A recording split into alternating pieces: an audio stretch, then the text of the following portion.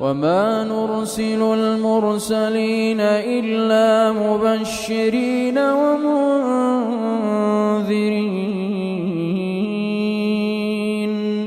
ويجادل الذين كفروا بالباطل ليدحضوا به الحق واتخذوا